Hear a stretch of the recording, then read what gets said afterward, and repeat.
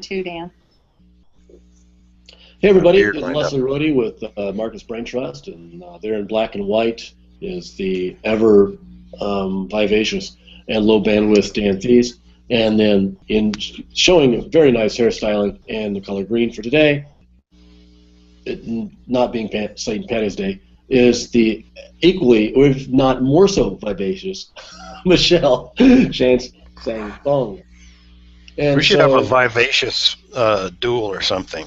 The vivaciousness meter is what we need here. And I am, of course, the unshaven Leslie Rohde. So, wow, that looks really uglier than I thought it would on TV. Okay, so see, Dan has a prepared presentation today about the math of business models, how to analyze your business, and how to decide what to do based upon the math, which, by the way, if you're not doing the math, you're not actually in business. I mean, I hate to tell you. And then we all will also, of course, take your questions and answer all of them that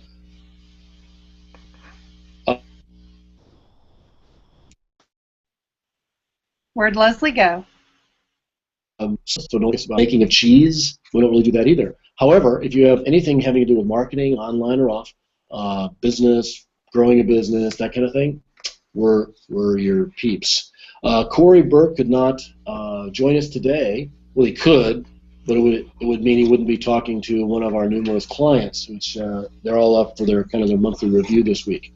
And so he's off helping those clients do the math, just as we're about to talk about. So, Dan, there's one thing I just noticed come across my desk, and if I'd only known, we would actually probably schedule this a little bit differently, but today happens to be this date where some guy stands up and tells us what the State of the Union is. And, qualified or not, anyway, it's a kind of a tradition. So, I don't know, maybe we should do a 1 week delay to do the State of the Internet Marketing Address next week, but just saying. Why don't we just wait till Frank does his, and then we can just kind of copy that, save time. We could heckle from the audience. Maybe we could do that. Maybe we could do we'll do that, and then we'll do our own. There we go. Yeah, the counterpoint. Just like the minority party does after the State of the Union. That's right. That's a good idea. Okay, good. Yes. So, anything news before we break to your presentation, or are we just ready to go? There's probably some news going on, but I'm not actually aware of any news at the moment because I've been, like Corey, I've been doing account reviews since, the 12th, when we had a week's worth of data to start with in 2015, and so we end up with quite a lot of account review activity. What normally would take 2 weeks gets done in a week. So anyway, but I do have a presentation done, so that's pretty good, right? Yeah, that's actually better than we usually do. So why don't we go ahead and go to that? Okay, so I'm going to do the screen sharing thing here, and everybody will be amazed to see that we don't have the weird, funky receding into eternity look going on because we've mastered that part of the technology temporarily. Now you see a presentation. Now you see it full screen. Screen. Come on, full screen. There we go. Sometimes a click is not a click. Wow, I was impressed by that. So look at that. Now we're talking about modeling your business. Now that sounds super sexy, doesn't it, Leslie? I'm blown away by it, Dan. Yeah, in fact, when I wanted to call this the business modeling show instead of the hangout with the marketer's brain trust, Leslie just flat out shot me down. So this is my way of getting revenge. And we are going to talk about modeling your business, and we're not going to go maybe as far as I'd like to, because it did occur to me that actually teaching you how to use Scenario Builder and Microsoft Excel in one day might be a little bit more than you needed. Not that it's not a very useful thing to learn, but it's something that's easier to learn when you're applying it to actually solving a problem. And so, well, before I can get you motivated to solve a problem, maybe we'll make sure that we all understand what the problem is. And go ahead and check your email right now. Yeah, to walk off the hang off, go check your email and tell me how many out of the emails you got today with somebody that's got surefire, guaranteed, can't miss, absolutely will not fail to succeed way for you to succeed with more success in your life, in your business. And the fact is they're not all spam. right? Some of them actually are people with a legitimate idea that could legitimately help you under the right circumstances. But just think about the broader picture. What should I be working on in my business right now? I mean, should I be trying to get more traffic? Should I be working on conversion? Should I be doing something in analytics that I don't yet understand? What should I be doing? And which of the things that that's being suggested to me can't possibly work right now? And so one of the things we're going to work through today is an example that will show you how to determine if a particular traffic channel, in this case Google AdWords, is even something that is plausible for you to consider in your business right now, or if you really should be looking elsewhere. And you can apply that same methodology to anything. It's tricky to figure out what's going on, because if you go ask one of them SEO consultants out there, if should I be doing SEO for my business, they're going to say yes, you should. If you go to somebody who's a conversion optimization expert and you say, hey, should I be doing this in my business? Yes, you should. But what if you can't actually do everything all at once? What if you actually had to prioritize and serialize? What if you realize that getting one thing done before you moved on to the next thing, unless you have lots of people that can work on lots of things at the same time, is actually a better way to go. If you've got 10 jobs that would all take a week individually and you work on them all at the same time, if you're lucky, you'll get all 10 of them done at the end of 10 weeks. On the other hand, if you did the first one, whichever one had the biggest opportunity to it, whichever one, as they say in business world, is the biggest constraint on your business, and you worked on improving that first until it wasn't the biggest constraint, and then you identify a new constraint to work on, and so on, you can make a lot of improvements. The thing is, as you're out there asking anybody for advice, you've got to take any advice you get, including from me, because I'm pretty sure you need to be running AdWords unless the math just absolutely doesn't work. I think that's the most important thing you could possibly do. But I might be wrong, and we should all do all of the math on it to make sure that we're right, because to a guy with a hammer, every problem looks like a nail. But if the problem is not a nail but a screw, then what you really need is a screwdriver. And in this case, I screwed up and I've got a Phillips head screw with a flathead screwdriver, which will work but will also strip the threads. So don't do that. Go ahead and get the Phillips head of the right size before you start working on any screws that you want to be able to get out later. Digression over. Let's talk about how to solve that. And the way to solve that, and you're not going to do this all in one day.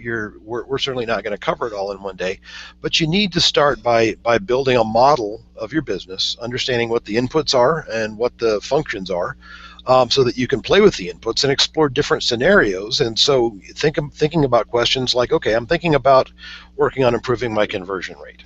I believe that if I spend this much time, this much money, this much resource, this much effort, whatever I'm spending to get it done, if I spend that much, I'm going to get a 20% across the board improvement in conversion rate. What would that do to the bottom line? Now, what else could I do with that time, energy, effort, and money instead?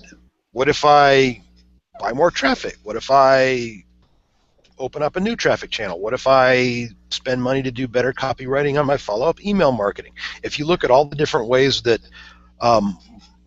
customers flow into your business and all the ways that that those customers get converted into revenue, some channels will give you larger order sizes than others. For example, if you're a retailer, if you actually start to build out the math and understand the math of your business, you can ask these questions and get the right answer. Well, if you actually have all the right math, you can get the right answer 100% of the time. You'll never get there. So let's talk about a few little warnings, caveats, and disclaimers. The first one, Leslie, is one that I know has been the bane of your existence, Lo, these last few days.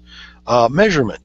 You cannot manage what you don't measure. So if you're a retailer and your shopping cart and analytics aren't talking to each other and you're not measuring transactions, you've got a problem.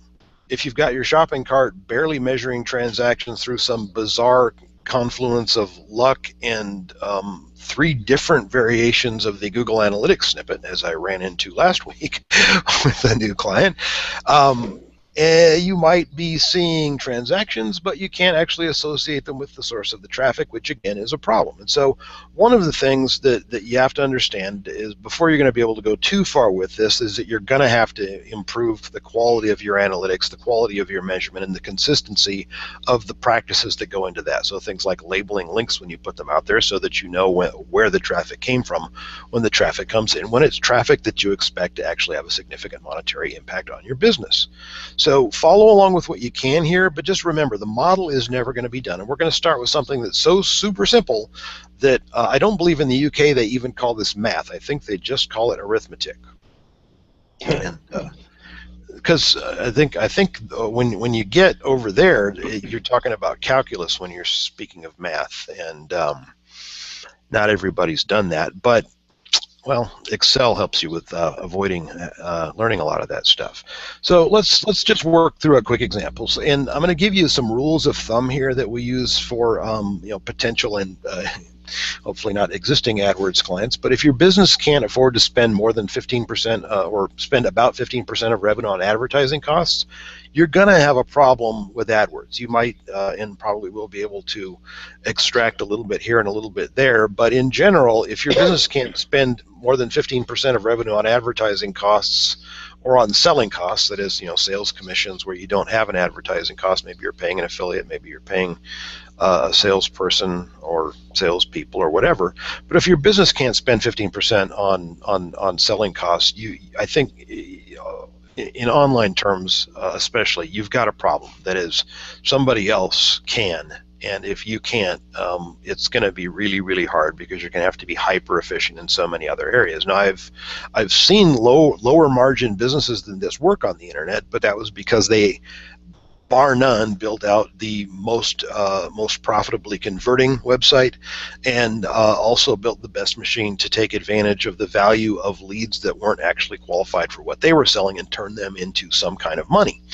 Now, if your business can afford to spend 30% on advertising costs, you're probably golden. That might be that your margins are greater than that, or that is your margin, but you're willing to burn all of your margin to buy market share. And we've got clients that are anywhere in the middle of those extremes. But assuming that you fall somewhere in that range, or better, I guess, is possible. I used to have a business that ran at about 90% margins, and people couldn't believe how cheap the stuff was. But now that I don't have a cocaine tree in my backyard, just kidding.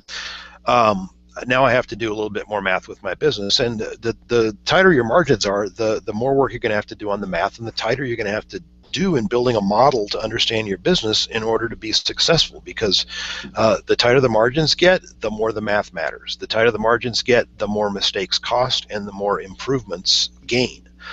And so assuming that you fall in that range, though, how could you figure out now, okay, well, I can afford to spend that much, but, well, can I still afford to advertise, right? It might be, okay, I could afford to spend 15% of revenue on advertising costs, but we're talking about $100 clicks. And, well, can I convert well enough? Can I make enough money on those clicks to make it work?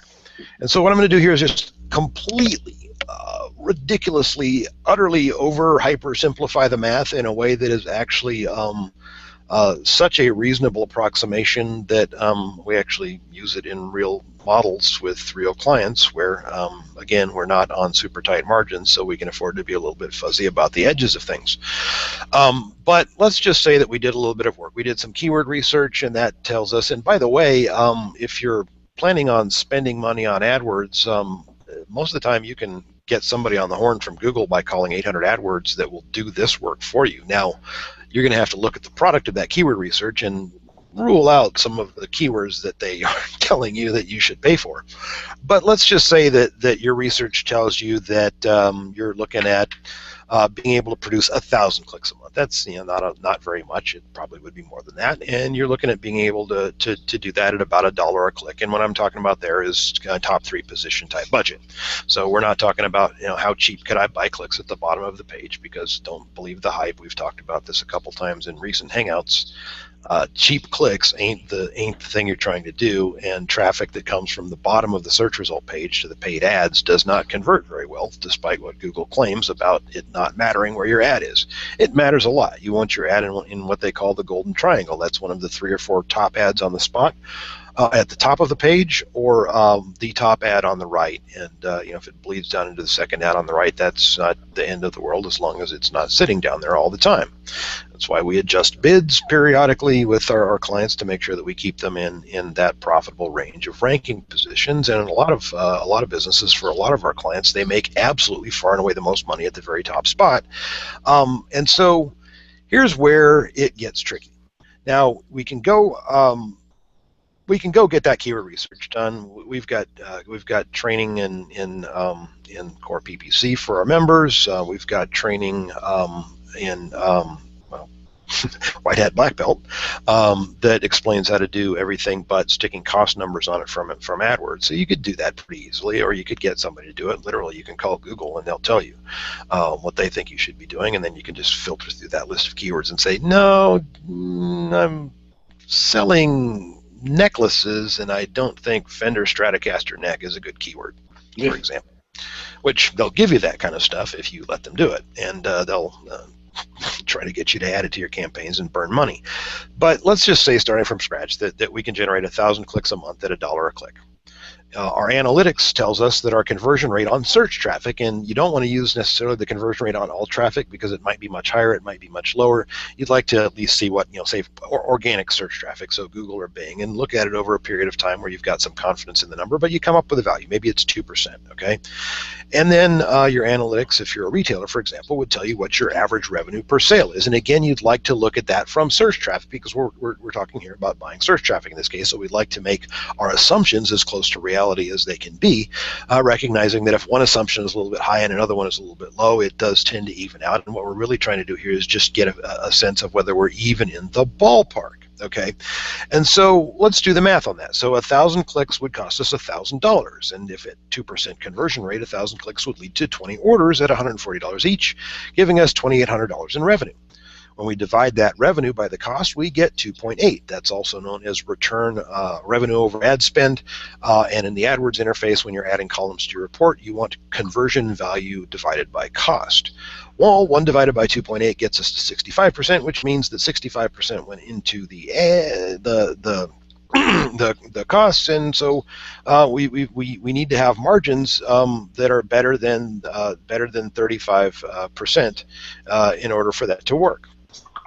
On the other hand, if you look at it and say, okay, well, maybe if I could, if we get some help, or we, do more ad testing and stuff like that, maybe we can actually outperform that $1 a click. Maybe we can outperform that 1,000 clicks. Maybe we can get twice as many clicks for the same money.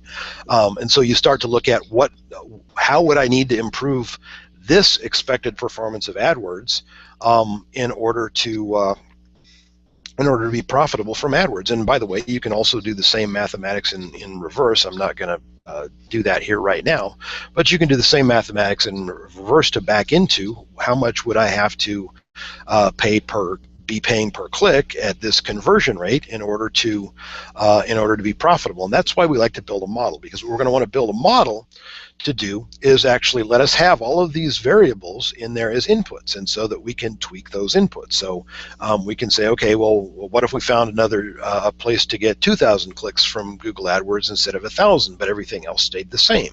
What if we could do better on the cost per click? What if we could do better on the cost per click, but we lost some clicks?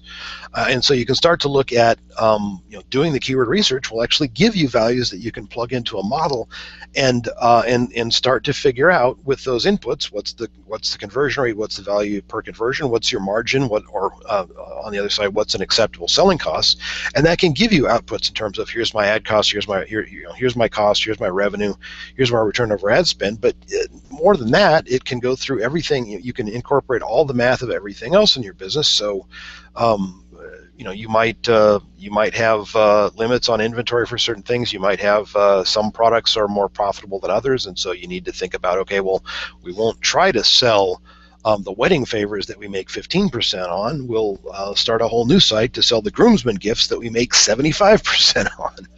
God, that was a good business. Gosh, I wish they had sold it. Anyway. The model will, as you start to add things to it, you can start to get better and better and better at modeling every part of your business.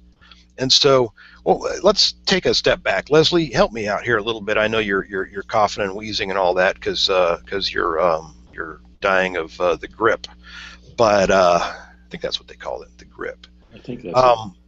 This is all about constraints, right? Whether it's your conversion rate, whether it's this, how much traffic can I get from the source, these are all constraints. And when you start to build the model, you can start to see which of these constraints has the biggest impact, right? It doesn't matter how much more traffic I add, I don't make any more money because my conversion rate sucks. I doubled the traffic and I cut the price of the traffic in half and I made an extra $50. Why? Because the conversion rate sucks. And this isn't a story about your problem is your conversion rate, but for most people it is, right? But in a lot of cases, and we've got clients where conversion rate is not the constraint. We convert at 15 to 30% depending on the source of traffic, and these are actual money transactions with wallets. We're not worried about we're not worried about conversion right now. We're worried about how can we find more channels of traffic. And so when you find that constraint, like when I built the lemon stand and we were stealing the neighbor's water, and he cut off the water at the source so it didn't flow out of that hose pipe anymore, and we had to go find water somewhere else, and we had to walk all the way home to get the water. That was a constraint on our business, right? Now we couldn't just walk over and get water out of his tap. Somebody has to spend 10 minutes going and carrying buckets back. And most of the time that person needs to be bribed with something to get them to do it. Well, yeah, I mean, constraints is one of the theory of constraints is something that a lot of people will recognize as a way of modeling this. The other was what's called value chain analysis. And particularly if you're not just a drop shipper, but if you're doing a manufacturing of some or all of what you sell, that becomes even more important. And so it's really when you look at, if you take your final sales price and you divide it up into all the component pieces, how much you spend on AdWords, how much you spend on cost of goods sold, how much you spend on G&A and overhead type items spread across the number of units sold. Those are the kind of things where you can map out, okay, where am I spending the most money, where's the biggest part of the pie, and which one of those is most amenable to easy or rapid or deep cutting in order to keep more of that sales price. And so, yeah, absolutely, conversion is great because it's multiplicative across everything else do in terms of traffic. But like reducing your cost of sales, we talk about the natural progression between affiliate marketing to drop shipping to manufacturing and importing your own stuff. So going from just a drop shipping model to starting and building it in China and putting a container full on the water every month, that can dramatically change the value proposition and open up new profit margin. And so you have to look at the entire range of what you're doing in order to decide where you really need to attack first. And I think that's kind of, to some extent, the hard work that people really don't want to do. And it really takes kind of a broader viewpoint of what can be done to really do that analysis. But that was to your point. So. But anybody here could do this. Exactly right. I mean, if you wanted to focus on just the marketing aspect, unless you don't have analytics working, right? I mean, if you got a measurement problem, that's the problem one to solve, right? You cannot go farther until you solve the measurement problem. Exactly. But once you have the value and once you have data, and as you start to accumulate more data, you gain more confidence in how accurate the values you're using are and how reliable they are in terms of they become closer to constants than variables. But anybody could do this, and if you start with this and you start to understand how the math works and can be made to work, and of course a lot of folks are obviously already doing this stuff right now, but the more you do that, the better you're going to be able to make decisions about where do I need to improve now, where do I need to put my best management focus, whether that's you or whether that's somebody else on your team. For a lot of our clients, for certain things it's somebody else on their team. Maybe it's their business partner, maybe it's somebody their nephew, their wife, their husband, who knows. But where would your best management focus go? Well, it's going to go on to whatever is the biggest constraint, whatever is holding your business back the most. And like we said, most of the time that's conversion. But all in all, over time, what you'd want to do is understand all the inputs, all the processes and functions, and basically you'd want to have a model that actually encompasses everything with a number attached. Now, when you get from the place where we're drop shipping to starting to warehouse stuff to starting to manufacture things to, if you're Apple, worrying about if there's enough Sapphire in the production pipeline to make enough iPhone screens. you know, right? You start to move away from simple constraint modeling to much more elaborate and complex things that I, for one, do not understand in any way whatsoever. But and Leslie's actually had to deal with that kind of stuff in his real life before he moved into the simpler world of internet marketing.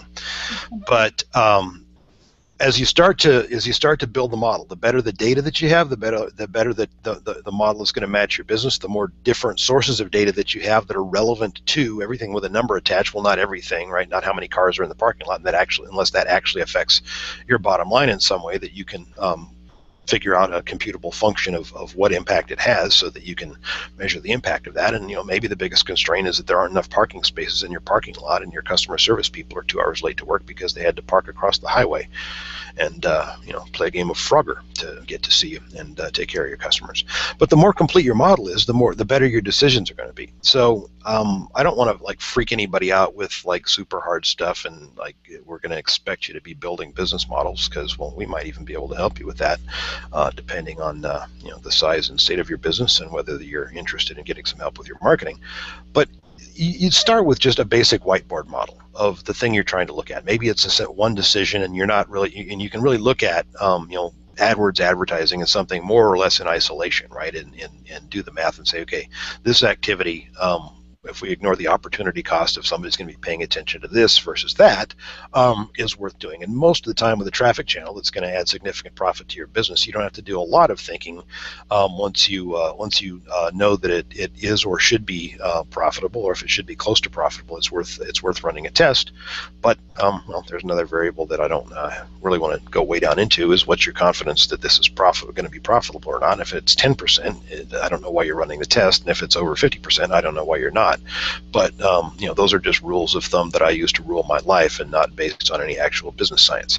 But if you start with just a basic whiteboard model, understand what are the numbers and how does the arithmetic work, and then you could then you could build a full model with Microsoft Excel, which I thought I was going to get to kind of start diving into today, but then I realized, no, we'll end up with a bunch of Excel questions, and that would suck.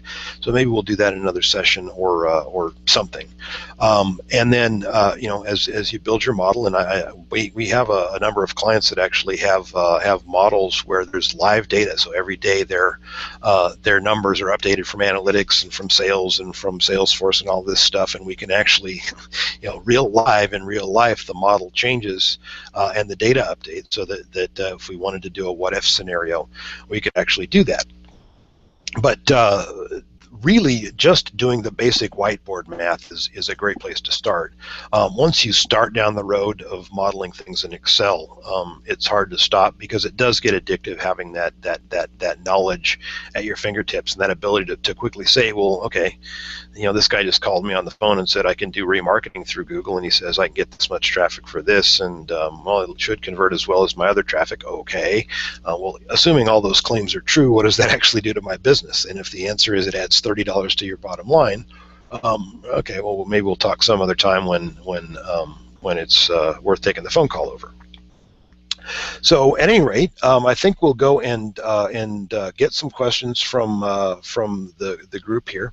And if you do have more questions, or if you wanted to talk to us about maybe doing some modeling for your business and kind of help you figure out where your best opportunities would be, as long as there's an opportunity for us to potentially work with you and help you on those things, we're happy to talk with people about that stuff. And you can reach me in that way. I'd know it came from the Hangout if you just use Dan plus Hangout at marketersbraintrust.com. You can also find me on Skype. I am not on there 24/7 by any means, but if you do send me a contact request, and in the message let me know why we're trying to connect on Skype. I'm dan.thies on Skype, and if you do the search for that and you're confused that you can't figure out which of the things that has my name is me, that's my little Skype avatar thing, which is some of that weird Lego art that Aaron Wall got done a few years ago. I still don't understand how I became Lego Dan, but I am. So there you go.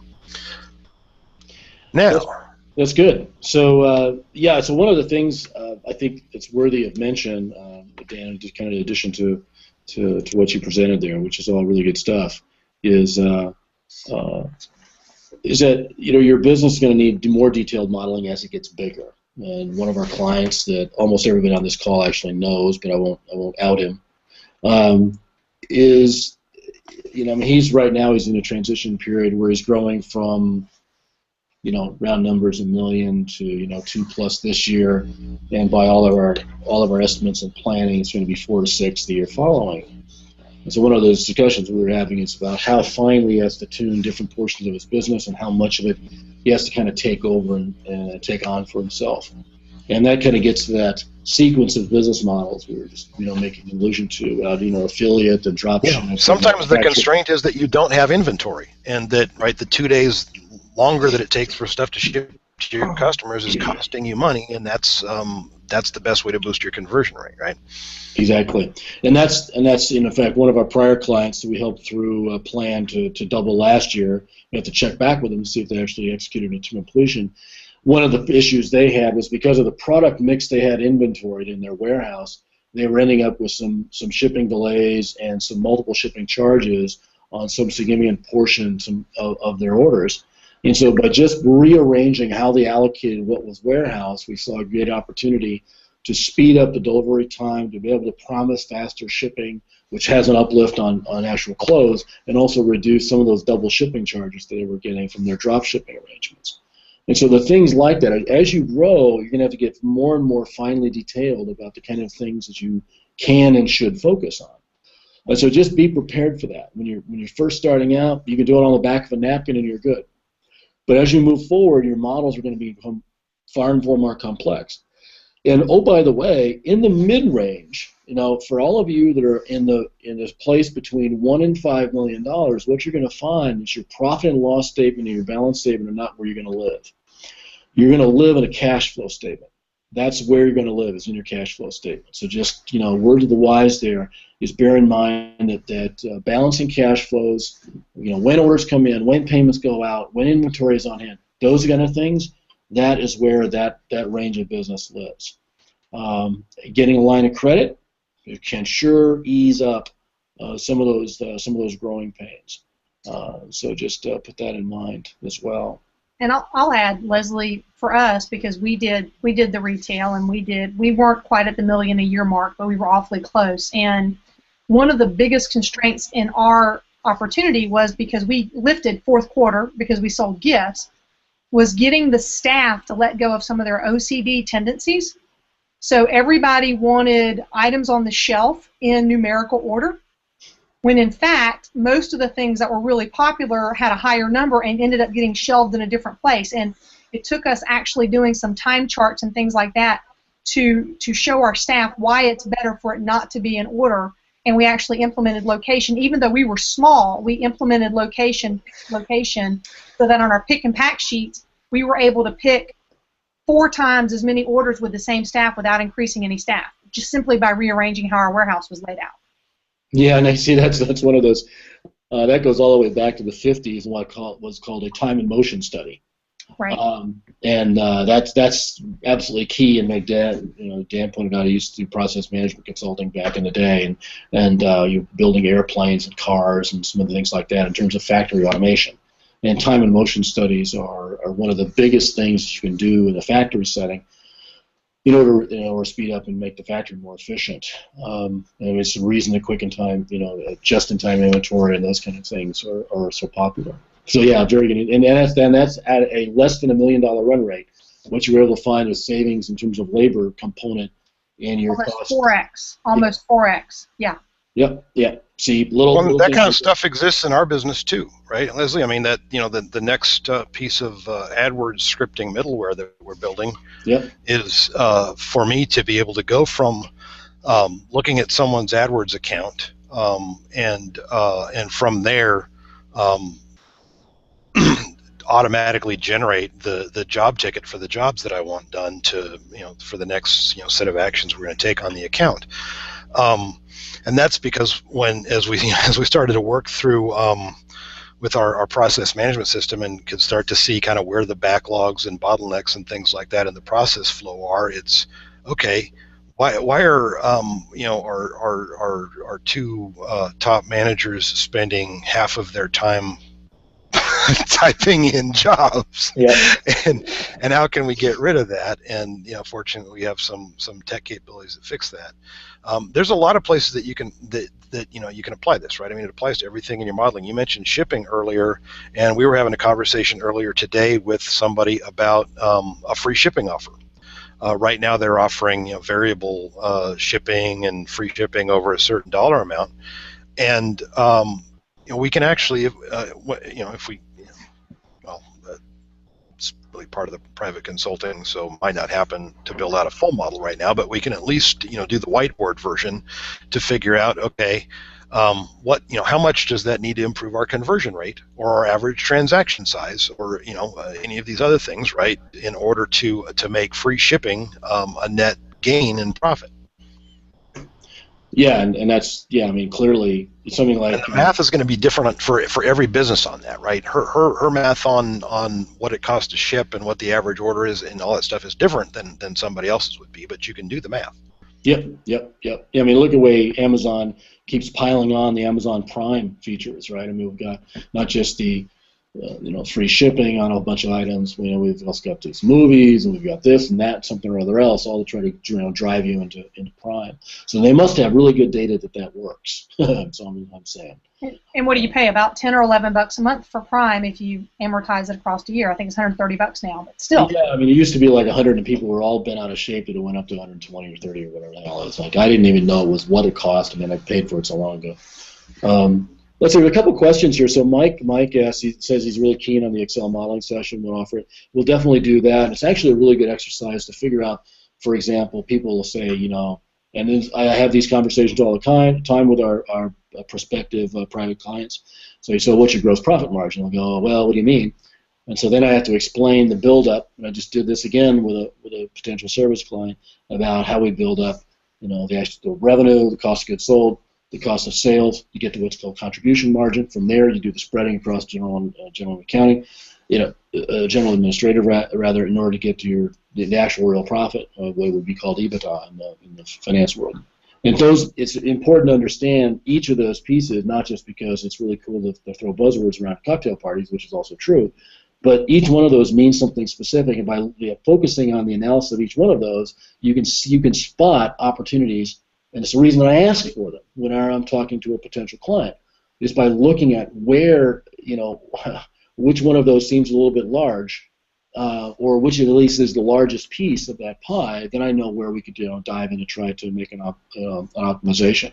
So definitely we'll go through a couple of examples at some point, the Excel version of the show.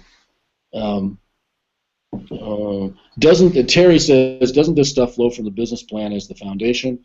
Or maybe you can build a marketing model without a business plan. Well, you kind of. It's not a marketing model; it's a business model, and the model really should be part of the business plan. Yes, I mean the business plan, business model. I mean the modeling is going to be a section of the business plan, typically, depending on whose outline you're using. We don't have to do this stuff with typewriters anymore. We can use computers. Yeah, and the marketing plan is really about how you actually essentially drive the traffic and build a brand that the business plan is based upon. So, I mean, really, the marketing plan is really part of the business plan, and the business model is a component of it as well. If you really want to get down to it, the business plan is kind of the overarching box. But that said, I would say the key components of the business plan, well, depends on whether you're going to go out for money or not. I mean, it's if you're pitching, that's a different thing than if you're throwing your own money at the deal. There's a little bit different sell there. You got to sell it to yourself, but selling to other people is an entirely different thing. But certainly, you'd want to have a coherent marketing plan, absolutely. But before that, I mean,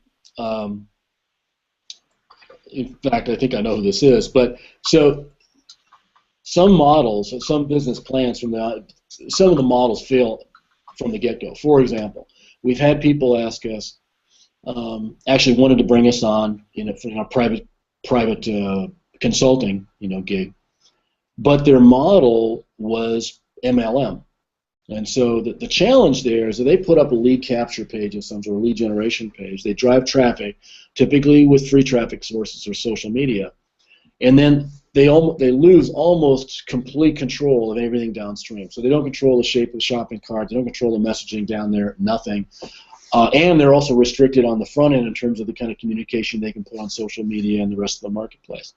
So the challenge is I have so many constraints and so few levers, right? I have so few things that I can actually change in order to increase the value, in order to adjust the value chain in that business. And so that's one of those cases where we're just looking at the model laid out end to end and saying, what can I change and what can I not change? I'd scrap it before building a marketing plan. So I would say that the very first thing to get right is the basic flow, the value the value chain for the business, and look at what parts can you control now, what parts could you control later in order to increase the valuation of the business, all right? And the rest of it is kind of building out the detail. You have to start with a model that makes sense, and the more you control about the business, the more value you control, and the higher the valuation, and therefore the higher the margin you have. Example, moving from affiliate to drop shipping to manufacturing. What you're doing is with each successive change in that business model, you are taking over more and more of the value chain between the raw product and the customer. Look at integrated circuits. You can either extract more profits from or less, depending on whether you do a good job with that. But well, yeah, but I mean, there's always more profit available. So if I buy it from a third party, I'm paying for their profit margin. If I then buy the company, that profit margin is now mine. All right, so now I have to just make the numbers work so that whatever I paid for the company, I can get it out of their profit margin over some time period, right? And that's one of the ways you do a leverage buyout. We're helping one of our clients right now with that very thing, is to go through the math and figure out at what stage in the growth of his business can he actually buy his supplier. And so that's one of those cases where you map out the value chain for the business now and what the evolution for that business is in the future. And if you don't see that evolution, just realize, okay, you're constrained, you're stuck with this particular model. Is it a good model going forward forever? Maybe, maybe not. And you put up the inputs and outputs there for a while. Let's see here. Mike asked, you mentioned clients pulling data from Salesforce, etc. Do you have a recommendation for SaaS software that will consolidate disparate data into KPIs, charts, etc.? I want to pull LinkedIn ad spend, Google AdWords spend, Facebook ad spend, etc., and update it automatically on a daily basis. Yeah, what you're asking for is what's called a business management dashboard or business intelligence dashboard or things like that. Business management information systems, MIS, is the the enterprise name for that. I would have to say that for us, small guys, there's not really anything what I would call a perfect solution there. And you may be, depending upon where you are right there, is Mike's question, you might be, as he says he's into tables and charts, you might be overanalyzing. You might be better doing your analysis on the back of the napkin and then getting back to work, frankly. But depending on where you're at, some sort of MIS is a good idea, no doubt. Dave Levinsky has some product which I've not actually seen. I've just seen him promote it. But it's not, if you're doing less than $1 million or $2 million a year, it's definitely not in your price range. You can actually hack together some things with Cife, that's CIFE.com, or Segment. I think it used to be Segment.io. I think it's now Segment.com. Both of those have essentially kind of an open API widget you can attach to other systems. So there are ways you can kind of build things, out of parts. Well, the clients that I have, and I've only got a couple where we have live models that we actually can look at, and those are the final product lives in a Google Sheet spreadsheet. Most of that data is coming in through JavaScript scripting that pulls numbers in from analytics and AdWords, and the part from Salesforce is stuff that they just had something custom coded to pull the numbers out and stick them directly into the sheet. It's a very brittle solution, but it's right now there's 5 management people in one company and maybe 10 in the other that even need to use it, right? And so the fact that it's not some super high-end $1 million solution that costs more than their company is worth, it's effective. Yeah, but even just going and pulling reports once a week or monthly, whatever your planning cycle cadence is, and having one view where it's actually there in a model, so you can look and say, okay, well, here's what we did last month. Okay, what's which of these knobs gets me the most return for turning it, and that's what I'm going to work on next month. Yeah, that's a fair point. I mean, so if you're generally speaking, for the size business we're talking about here, which is going to be less than $10 million, generally speaking, your planning cadence is not going to be more than quarterly. I mean, more frequent than quarterly. I just have a hard time believing that. Now, you're probably going to adjust elements of your business. You're going to maybe adjust AdWords and your shopping feeds and stuff like that. You do it elements of your business, yes. But above that is kind of your allocation strategy, right? So you say this. During this quarter, I'm going to allocate this much or this whatever, to this particular initiative. And you're not going to, if you're changing that more than quarterly for a relatively small business, you're actually you're over controlling the aircraft. You're chasing the needles. And that's I know people that almost change their business plan 180 degrees every 2 days, it seems like, and those tend to be the people that a year from now are still asking me, hey, do you have any ideas about what I need to do? Yeah, stop doing stuff and do this, right? And we know it's conversion, so why, you're trying to, I need to find a magic traffic source that doesn't need my site to convert well. No, just time to suck it up, bite the bullet, and go to work on the thing that you don't want to work on. That's the biggest constraint in your business. And a lot of the time, man, it drives me nuts. But we talk to people all the time where it's we can tell. They know what the biggest constraint in their business. I know, everybody knows. And for whatever likely psychological reason, they just cannot bring themselves to work on that. And that's if you're there, it's do you need to be in this business or do you need to be in a different business? It's one thing to have somebody that ought to buy the factory, right? But if they don't buy the factory, their business isn't worse off right now until they discover, right, that the person running the factory can't grow it fast enough for them, and then now it's too late to come in and take over. But sometimes you can kick the can down the road on a decision, but sometimes it's really you got to just get in and do it. And most of the time, when you start to do the math and understand the business model, you'll understand what the biggest constraint is. And with most of the web businesses that are in that $1 million to $2 million range in particular or less, it's conversion that you need to think about. And sometimes that's related to your offer. And the other big one is margins, right? It's okay, well, like Michelle said, right? Cutting the cost of putting stuff in a box and shipping it out by a quarter. What does that do?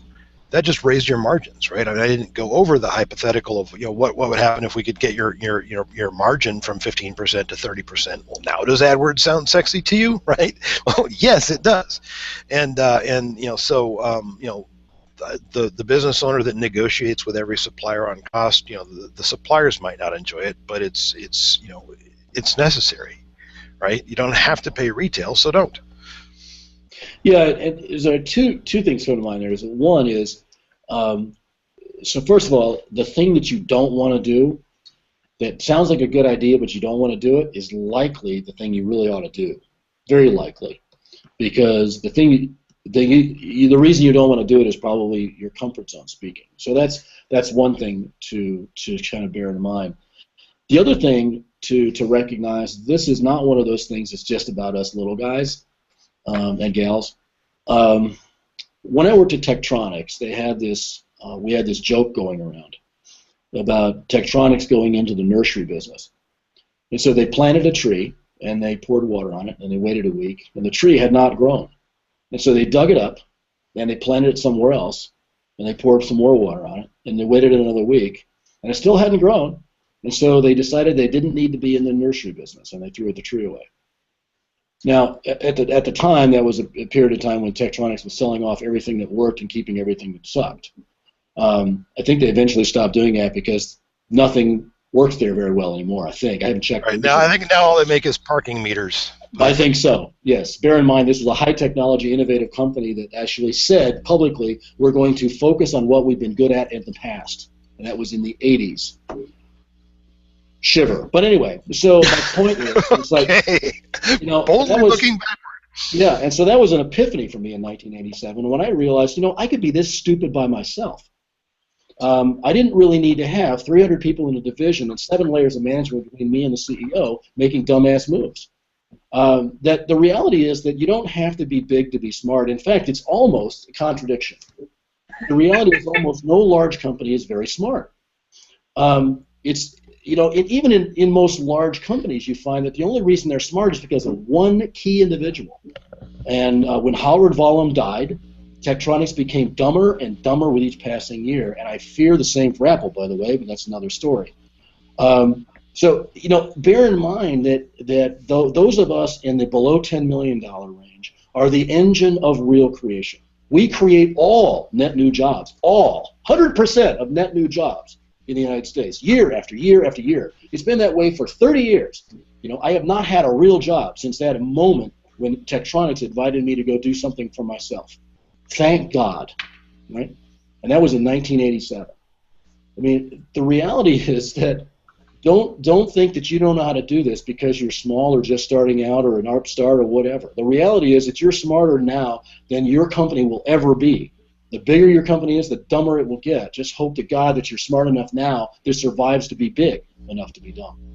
That little bit of AdWords napkin math that I showed is quite clearly in every market that we compete in more than some of our competitors have done. And it's not that hard, but the insights that you get as you start to play with what ifs, you really do quickly see where you need to work and what you need to fix. And how far do we need to get, right? I mean, when have we driven the conversion bus far enough that we can start to work on the traffic bus again? You'll be able to figure that out. You'll have a number for conversion that tells you now I can afford to. I ran a test with AdWords to get a baseline to have better numbers for the model, but now I know what I need to drive conversion to be able to come back and then own AdWords. Right. Yeah, and when we do the Excel, there's a little tease for next time or the time after when we actually do the Excel version of the math of business, is that we should go through, what I'll just tease as being the 15% solution. Don't give it away, Dan. But you know what it is. And 15% of the liquids you imbibe should be alcoholic, right? At least, or all liquids should at least be 15%. Yeah, I'm at about 95% coffee. There's my problem. Yeah, there we go. I thought it was no less than 15% of your. Maybe that's it, right? Yes, has to be no beer allowed. Yeah, we want to get serious here. And so, but anyway, we should go through that to show how easy it is actually to come up with a plan where you can double your business in a year. I mean, people usually discount that as being too hypey, and that's going to go to your spam folder, and rightfully so. But the reality is that doubling a business is a relatively straightforward exercise once you understand how to evaluate the math.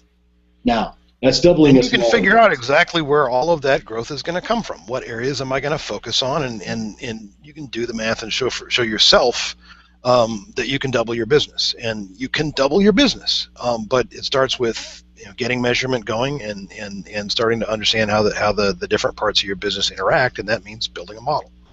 Yeah, and bear in mind, it's like when I say doubling a business is easy, that's for the people who should be on this call, right? And that is not GM. Doubling GM. Good luck doing that with Apple, deal. pal. Yeah, it's doubling Apple, doubling GM. Years they'll do it themselves, but yeah, anyway, that's a whole different kind of thing. But doubling a small business below the $10 million range, it's pretty formulaic, and you don't have nearly the kind of the ponderous behavior that larger companies do. If there are 100 competitors that are 10 times as big as you can grow. I'm just saying. Obviously, because you have such a small share of the market. Terry said this discussion makes it seem like AdWords is the only channel to start with. No, that was not intended. It's just I've had my head up the. I've been doing lots of AdWords math like nonstop since January 12th. So that's just the example that was easiest for me to put together. But you can look at that anywhere. And certainly, for any business, you'd like to be able to use AdWords as a channel because paid search is huge. It's a huge channel. The potential there, how much profit you can extract from that channel, if the math works, is ridiculous. I mean, absolutely ridiculous.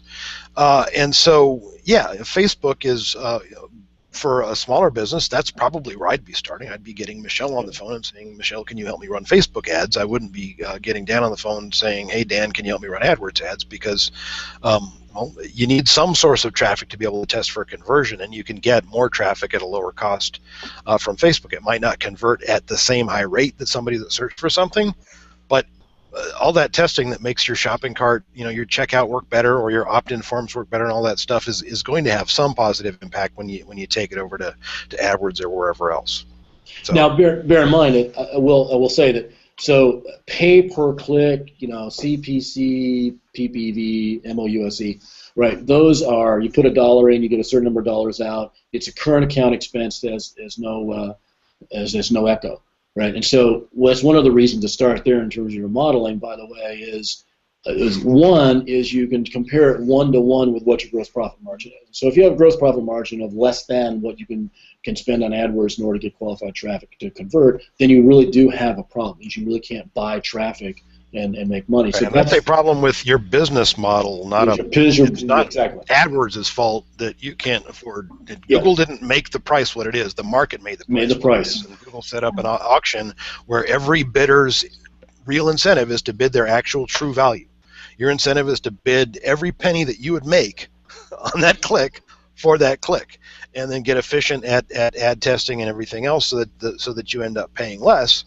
But the reason why William Vickrey won the Nobel Prize for inventing the Vickrey auction is because it literally gives every bidder the incentive not to try and game the auction or game the other bidders, but to just bid their true value and know that they'll never have to pay that much.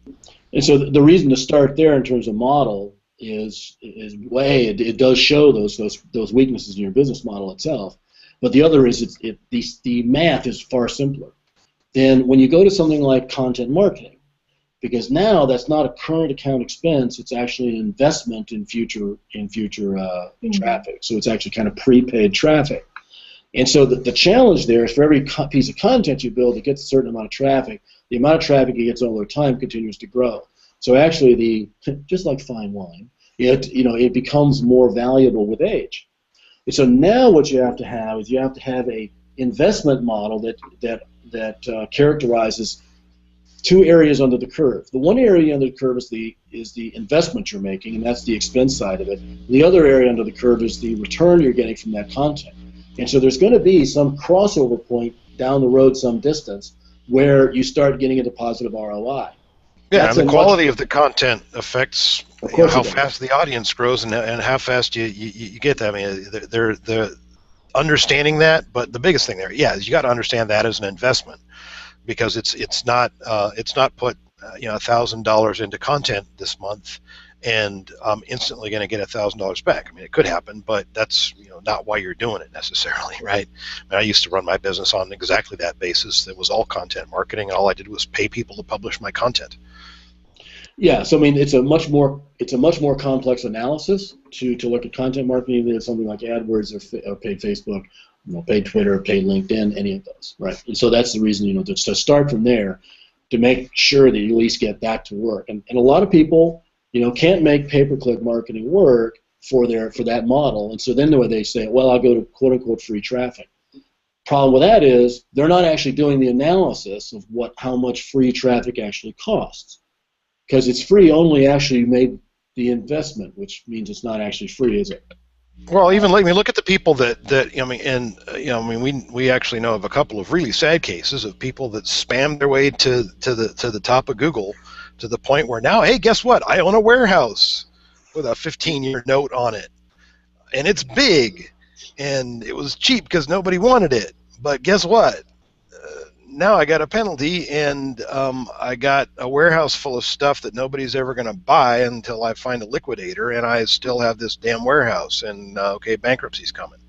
I'm always a big fan of making sure that my business model, when I'm working on something, sustains paid traffic. Because if I can afford to advertise, then I'm not relying on somebody else's charity or just good luck or whatever, some glitch in the system that's allowed me to steal traffic. I've got a real viable business model. Yeah, now bear in mind, I mean, you can still work the transition, right? So you can start Well, off hey, doing affiliate free marketing. traffic, even if I had to cheat, to gets me enough traffic that I can test with, right? But the ones that I feel terrible for, but I also freaking told them so, is the people that got a nice 5-year run of free traffic from Google being #1 for everything they wanted to spam for. Well, we showed them how, right? But you did anyway. Yeah, I did. But because you were the king of the spammers. But during all that time, every time, well, yeah, I know I should be testing. Yeah, I know I should be testing. And then when the free traffic is cut off, now there's nothing to test with. And you're nowhere near being able to afford paid traffic. And now it's, hey, does anybody want to buy a domain name? Yeah, so I mean, yeah, and hopefully they're not. Yeah, hopefully you're not there. How many hyphens? Because I pay by the hyphen when I buy. Absolutely, that's how I value a domain. It's the number of hyphens. Yeah, absolutely. If you could just get one that's 255 hyphens.com, that's the one I want. That would be good. That's got to rank high. I got to get off the hangout here. I got to go register that before somebody else does. Hell, yeah, sure. Absolutely. Okay, so that's kind of runs our questions for today, I think, unless I missed one in here. We did have a Lifeline question. Oh, good. What was that one? But let's see if I have it here now that I've said that. Oh, well, yeah, way to drop the ball there, Michelle. I know. Shame on me. Hmm. We usually rely on Corey to do the smart stuff. So yeah, exactly. Somebody has to.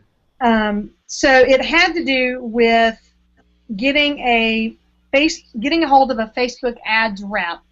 And so the question is, do you guys know is it possible to get a hold of a Facebook ads rep? And of course, we kind of know the answer, but it might be great to share it for the hangout as well. How do you get a Facebook ads rep? Don't look at me. Dan, Michelle, how do you get a Facebook ads rep? I call Andrea. What do you do? Spend enough money.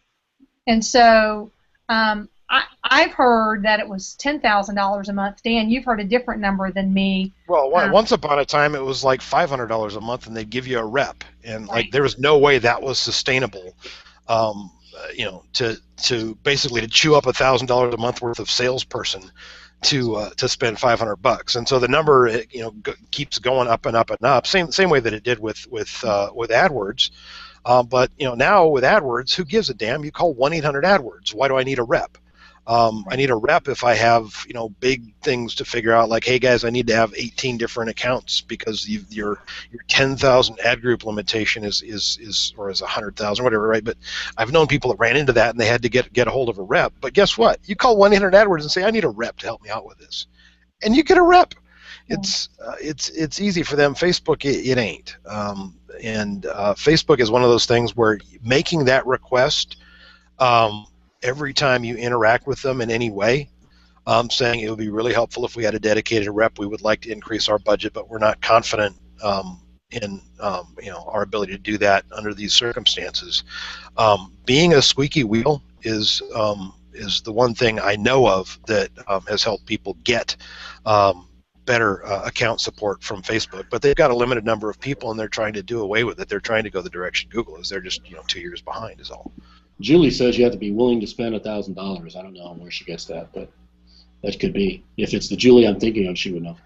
Yeah, they do these small business promos sometimes where you get, quote, a rep, but that's really somebody that's just there to get you to that spend. And from what I've seen, they tend to disappear into the nowhere at a certain point if your spend doesn't keep increasing, right? Because again, right, $1,000 a month or $1,500 a month doesn't pay for them to give you a dedicated person. I'm sorry, there's not enough margin, even Facebook's advertising business, to just give you a rep for that, right? Well, I mean, it's not like you're going to use them full time, but still, yeah, right. I mean, you got to look at the whole cost of operating Facebook versus their ad revenue. Okay, that's the math they got to do, right? What's their margin? And it ain't enough to have a full-time person who cares about you. Well, from a practical perspective, though, what is our what if what do we find in the current period, right? What's our most recent experience in this, Michelle, as you've been working with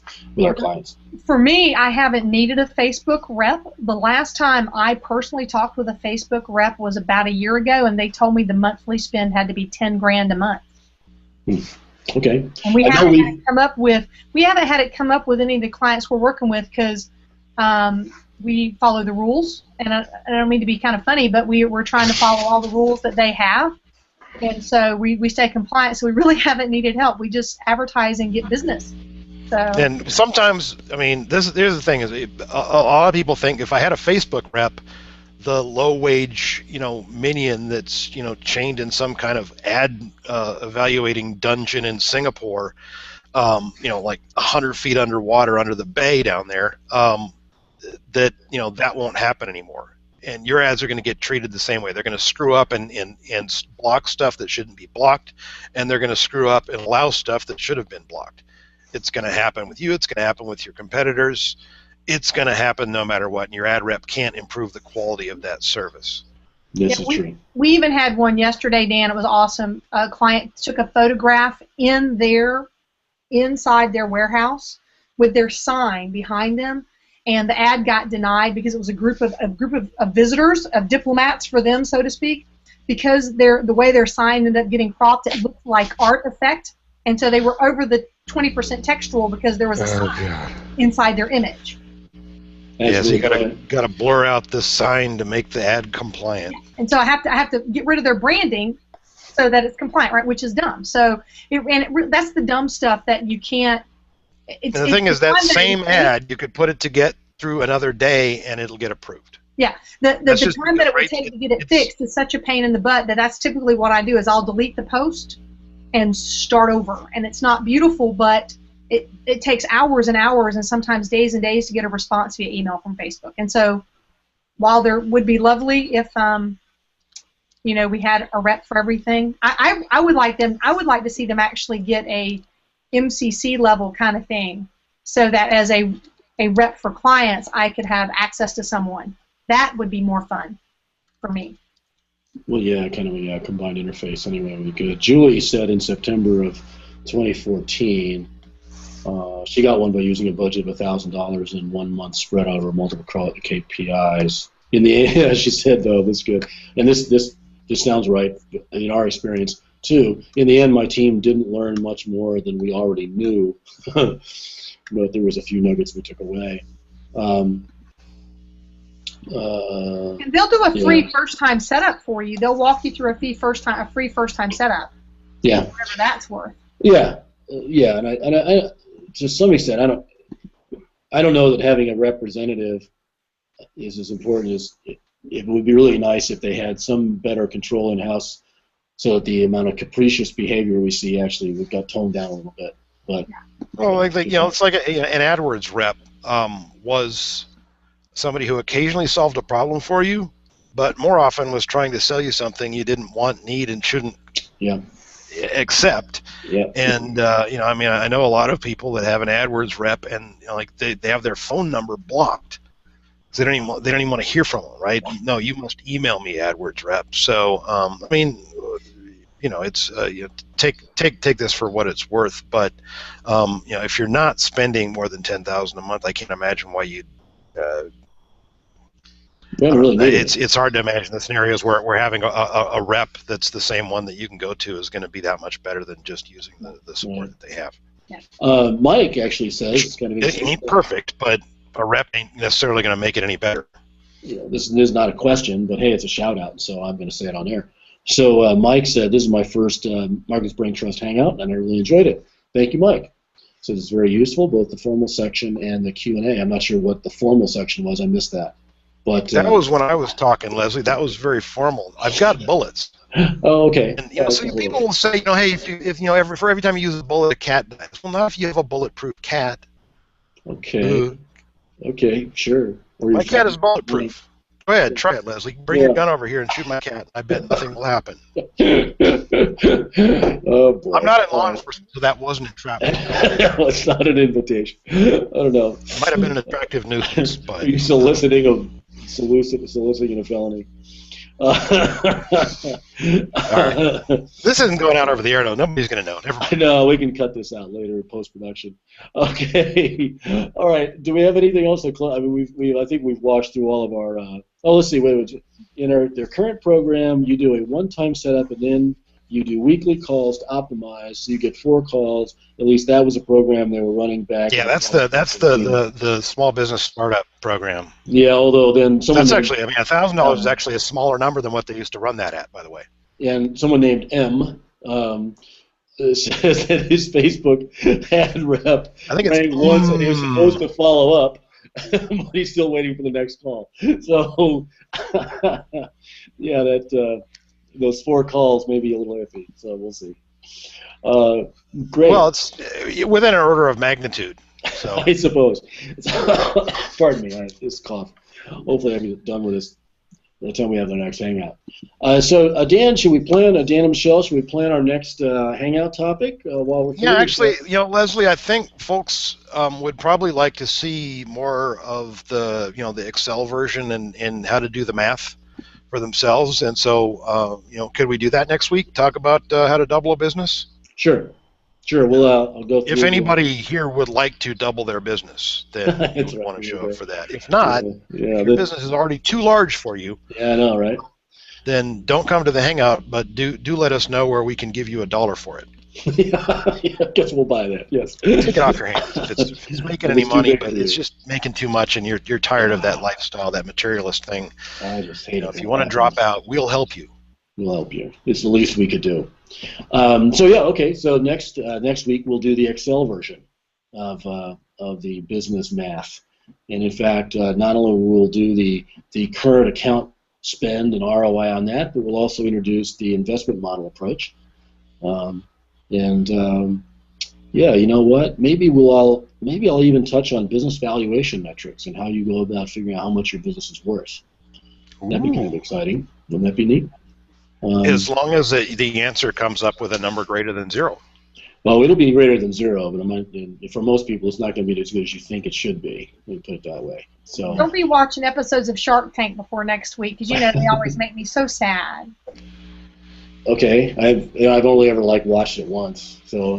I know. I've only known a few people that were on it, so I only watch when they're on, because the rest of it is just it's somebody that shouldn't be trying to speak to anyone, trying to speak to people that just want to shoot them full of holes. Well, it's the Shark Tank effect, though. But where else can you buy that kind of 20 minutes of online television national advertising? Yeah, well, yeah, exactly. And I mean, the one client that we had, it's like every time it reruns, they staff up and stock up on inventory. But outside of that, it wasn't exactly. Well, there's really only one of those people I'd want to be in business with, and that's only if I needed a banker to stay the hell out of my way, So I want to know which one. The bald guy. Mr. Wonderful? Yeah, the bald guy. He's actually speaking for Ryan. He doesn't be trying to help very much, so I like that. Yeah. The rest of them think they could help you. Thanks. Yeah. Somebody else's money. My money. Yeah, that'll work. Okay, so good. It's a wrap for today then, and so we'll be back next week, same time, same bat channel, with the Excel version of business math. And until then, you can catch us on our website or in chat or email or whatever. And so thanks everybody, and we'll see you next week. Thanks everybody. Have a good night.